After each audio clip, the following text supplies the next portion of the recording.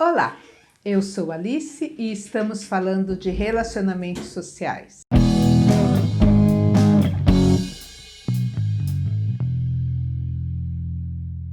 Esses dias nós recebemos uma solicitação de abordagem para uma família, um casal com 5 filhos e tinha um bebê de 3 meses. Estava chovendo muito e a gente tem muita dificuldade na rede de encontrar vaga para a família, ainda mais à noite. Normalmente as vagas já estão ocupadas e a gente não consegue encaixar.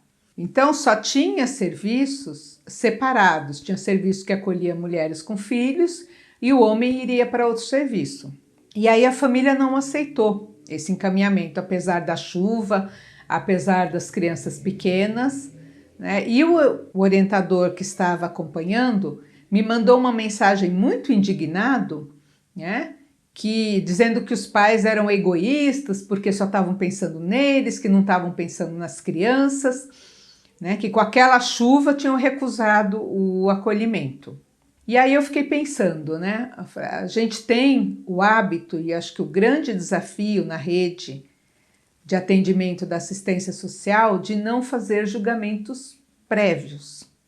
Então ele já partiu do princípio, né? Eles estavam na rua, tinham crianças pequenas, estava chovendo, conseguiram vagas separadas, ai que bom, graças a Deus, deviam agradecer e ir. Mas não fez o exercício de pensar na família, porque aí eu fiquei imaginando. A mulher, separada do marido, com 5 crianças para cuidar, inclusive um bebezinho, num ambiente estranho, como seria a noite dessa família? Eles estariam abrigados da chuva. Se a gente pensar, imaginar que as crianças têm um vínculo grande com o pai, que provavelmente por a mãe estar com um bebezinho pequeno de 3 meses, o qual ela está dando mais atenção, o pai está assumindo o cuidado dos outros, como seria essa separação para os filhos? Será que eles iriam dormir? Será que a mãe conseguiria dar conta dos 5 sem o pai? E o sentimento deles da separação? Porque iriam para serviços diferentes, a gente não tinha como garantir nem que seriam próximos os serviços, que eles seriam acolhidos. E para se encontrar depois? Além desta noite, talvez difícil, para cuidar das crianças e o pai separado, né? Vamos pensar no pai lá, imaginando como é que a mulher estava se virando com os filhos, com as crianças estariam chorando, como é que essa mulher iria se virar sem o marido, com as crianças, talvez chorando até porque o pai não estava por perto. Então é muito fácil julgar. É muito fácil a gente pensar, estão precisando de uma vaga, está chovendo, está numa situação difícil, a gente conseguiu uma vaga e o problema está resolvido. Não. E essa é a grande questão do atendimento na área da assistência. Porque não é só o acolhimento, não é só o dar o prato de comida, não é só o abrigamento emergencial. O que a gente vai fazer, né, para resolver estas situações, ou pelo menos dar alguma perspectiva? É muito fácil julgar. Aliás, nós temos o hábito de julgar o tempo inteiro, né? Já separando em gênero. Homem é assim mesmo. Porque mulher pega no pé mesmo, né? As patroas, tem até os termos pejorativos para falar dos relacionamentos, mas e o indivíduo? E a história de cada um, e o sentimento de cada um. Então, o grande desafio com as nossas equipes é fazer essa reflexão, é levar quem está ali no atendimento a se despir de preconceitos, de ideias e tentar enxergar o lado daquele que está sendo atendido, tentar entender a reação daquela pessoa, por que ela reagiu assim, por que a família disse não ao acolhimento. Quais foram as questões? Não sei, não parei para conversar com eles. Eu sei que depois, no fim das contas, eles acabaram sendo acolhidos num serviço para a família, no qual eles já tinham passado, e o serviço aceitou acolhê-los de volta justamente por causa das crianças e da situação de chuva. Mas, e o atendimento depois? Então a gente, às vezes, gasta muito tempo e energia da gente nesses atendimentos imaginando o que seria ou como deveria ser, como as pessoas deveriam reagir. E às vezes a gente não gasta tanto tempo conversando com as nossas equipes, né, para dar esta abertura de pensar no todo, para tentar entender o lado do sujeito. Por que que a pessoa é agressiva no serviço? Por que que a pessoa recusa o acolhimento, mesmo estando numa situação tão vulnerável? Por que que, mesmo sendo acolhido, no outro dia de manhã a pessoa vai embora e volta para a situação de rua? O que foi que aconteceu ali? Como foi este acolhimento? Então a gente precisa fazer esse exercício de pensar enquanto serviço de abordagem, na história da pessoa que está ali, nas necessidades dela, do porquê da recusa, né? Pensar enquanto serviço de acolhimento, que tipo de acolhimento que a gente está dando, que num primeiro momento é emergencial, é para resolver aquela situação extrema, mas o que que a gente vai fazer depois? A gente briga muito na rede, porque a gente tem uns casos difíceis, por exemplo, a gente anda atendendo uma senhora idosa de 78 anos que é deficiente visual. E aí é muito interessante um serviço que a acolheu mandar um e-mail para a gente e dizer assim, olha, ela não é perfil para o nosso serviço, é um serviço que atende mulheres. E a política não diz que são que tipo de mulheres? Mulheres em situação de vulnerabilidade. E aí o serviço manda um e-mail para a gente e fala assim, olha, por favor encaminhe ela para um serviço adequado. Qual é o serviço adequado? Porque mesmo serviços que têm idosos, que têm equipe de saúde, que são mistos e que são poucos esses serviços, não tem vaga imediata.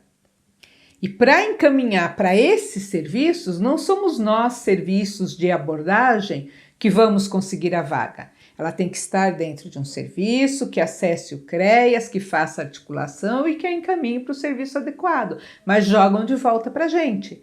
E pior, colocam na rua no dia seguinte. Porque se dissesse assim, olha, nós acolhemos, estamos com ela aqui, precisamos que seja articulada uma vaga, é outra coisa.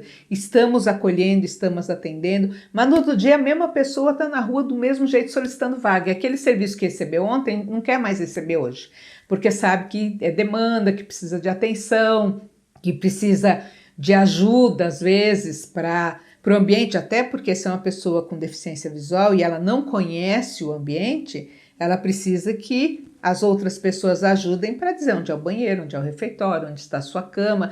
Depois que ela já está alguns dias dentro do serviço, ela até vai desenvolvendo essas habilidades para conseguir se movimentar no ambiente. Mas não é dado esse tempo. No dia seguinte, não é problema nosso e bota na rua de novo. O que é problema nosso? Claro, tem os serviços que não têm estrutura para atender casos de saúde, pessoa com tráqueo, idosos, pessoa com deficiência. Tem. Mas num primeiro momento a gente precisa acolher e aí procurar o atendimento adequado para aquela pessoa, mas sem colocá-la de novo na rua em situação de vulnerabilidade. Então é um grande desafio a gente conversar com as nossas equipes para que sejam feitas essas reflexões, para que aquele primeiro impulso de eles são egoístas porque eles não quiseram o acolhimento, eles recusaram e não pensaram nas crianças, possa ser extrapolado para entender o porquê daquela situação, por que eles não querem ser separados. A gente ficou um tempão atendendo uma solicitação de um casal que a mulher tinha tido derrame, tinha um lado paralisado, dificuldade de fala, estava com o marido em situação de rua. E a gente não conseguia vaga para o casal, só conseguia separado. E eles recusavam, porque o marido dizia, ela não consegue se virar sozinha, ela precisa da minha ajuda. E aí eles passavam o dia na rua, o pessoal da abordagem do dia não via ou não abordava, a gente não sabe o que acontecia. Quando era de noite vinha a solicitação para a gente. De noite a gente trabalha com as vagas que sobram na rede. E aí essas vagas específicas são mais difíceis de serem conseguidas. E aí a gente não conseguiu atendimento. Aí foi uma, duas, três, várias vezes, até que a gente fez uma conversa com o pessoal do dia, que faz a abordagem do dia, para ir lá conversar durante o dia, para tentar resolver durante o dia essa demanda de vaga. E aí acredito que resolveu porque não caiu mais solicitação para a gente atender à noite. Mas precisa desse movimento. E o mais fácil é dizer assim, casal está na rua, está em situação de rua, ela precisa de um abrigamento mais urgente, porque tem questões de saúde pertinentes, e eles estão recusando, eles não aceitam ficar separados, por quê? Tem uma questão aí de companheirismo que se a gente quebra, pode romper para sempre esse vínculo. Eu já vi muitos casos, quando eu trabalhava no centro de acolhida masculino, a gente tinha próximo um centro de acolhida feminino, que acolhia mulheres com crianças. Então, quando chegava a família, que na nossa rede não tinha atendimento à família próximo, o normal era encaminharem o homem para a gente e a mulher com os filhos para o feminino. Só que o que acontecia normalmente? Eles deixavam de se ver, de se visitar, os cuidados dos filhos passavam a ser integral da mulher, porque ela estava no outro serviço que o homem não entrava, e o homem aqui, além de não ir lá, não ajudar, chegava uma hora que ele ia embora e sumia. E aí a mulher ficava definitivamente sozinha, em situação de vulnerabilidade, com os filhos, com mais dificuldade ainda de conseguir sair da rede, porque como que ela ia trabalhar com os filhos pequenos, não tinha quem ajudasse no cuidado, a situação ia ficando mais complicada. E aí a gente combinou uma estratégia entre os serviços de liberação de visita. O serviço que eu estava era masculino, mas a gente deixava um horário durante o dia para que essa família, mulher e filhos, pudessem vir até o serviço e passar um tempo com o companheiro, o pai das crianças.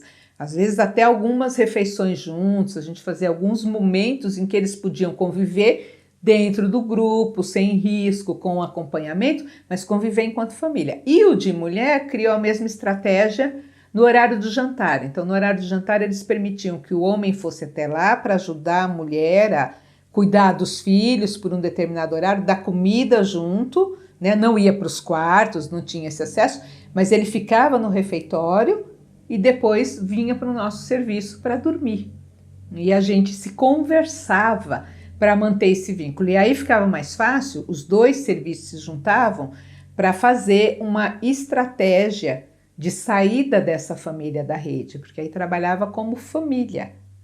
Então a gente precisa ter um jogo de cintura, precisa ter oportunidades de reflexão, precisa ter abertura para o entendimento e para a escuta qualificada desses sujeitos e pensar como um todo e não fazer já de cara um pré-julgamento que vai dificultar o atendimento ao invés de ser um facilitador.